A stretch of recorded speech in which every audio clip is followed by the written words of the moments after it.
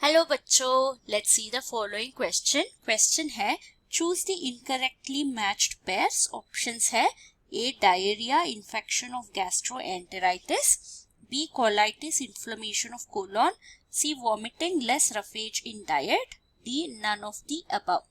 तो इस क्वेश्चन का की कॉन्सेप्ट है हमारा डाइजेस्टिव डिसऑर्डर्स के बारे में। डाइजेशन जो है वो बहुत ही इम्पोर्टेंट होता है क्योंकि इसमें जो कॉम्प्लेक्स सब्सटेंसेस होते हैं फूड मॉलिक्यूल, इनको सिंपलर वे में कन्वर्ट करके अब्सॉर्प्शन होता है। तो अगर हम ऑप्शंस में देखें, पहला ऑप्शन है diarrhoea infection of gastroenteritis. Gastroenteritis का मतलब है ये इसमें मेनली 2 ऑर्गन्स आते हैं, वो है स्टमक और इंटेस्टाइन का इन्फेक्शन, स्टमक एंड इंटेस्टाइन।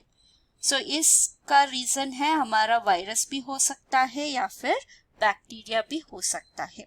तो मेन सिम्टम्स जो गैस्ट्रोएंटेराइटिस में होता है वो है वाटरी डायरिया। वाटरी डायरिया क्योंकि यहाँ पे इन्फेक्शन है तो अब्सॉर्प्शन नहीं हो रहा होता है। मेनली एब्डोमेन या फिर स्टमक क्रैम्प्स आता है, स्टमक क्रैम्प्स। वॉमिटिंग आता है, वॉमिटिंग, नोजिया एक्सेट्रा, और समटाइम्स फीवर भी आ सकता है। तो हमारा पहला स्टेटमेंट पहला मैच पेयर है in diarrhoea and infection of gastroenteritis, ये है करेक्ट मैच।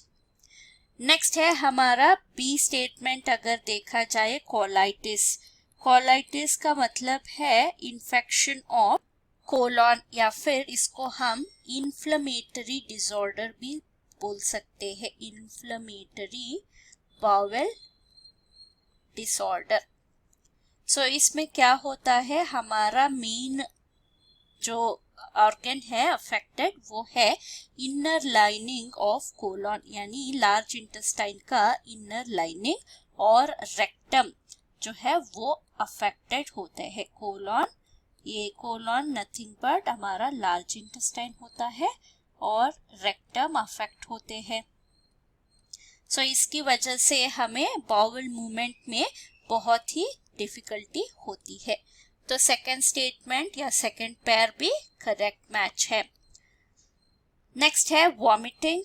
तो अगर हम वॉमिटिंग का रीजंस देखें, वॉमिटिंग किसी भी रीजन से हो सकता है, या एग्जाम्पल इंडाइजेशन से हो सकता है, इंडाइजेशन।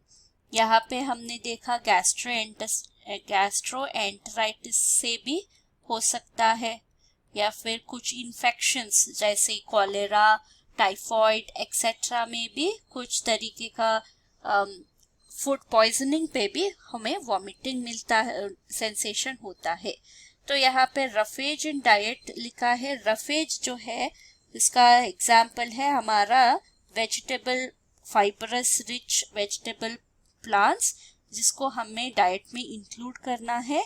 ये फाइबर्स हेल्प करते हैं इन इजी बाउल मूवमेंट।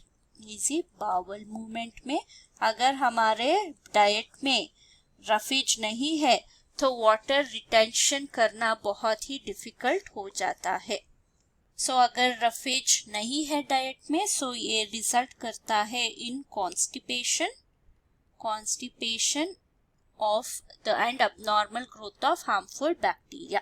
तो इनमें से रॉन्ग पेयर है option C, vomiting less roughage in diet.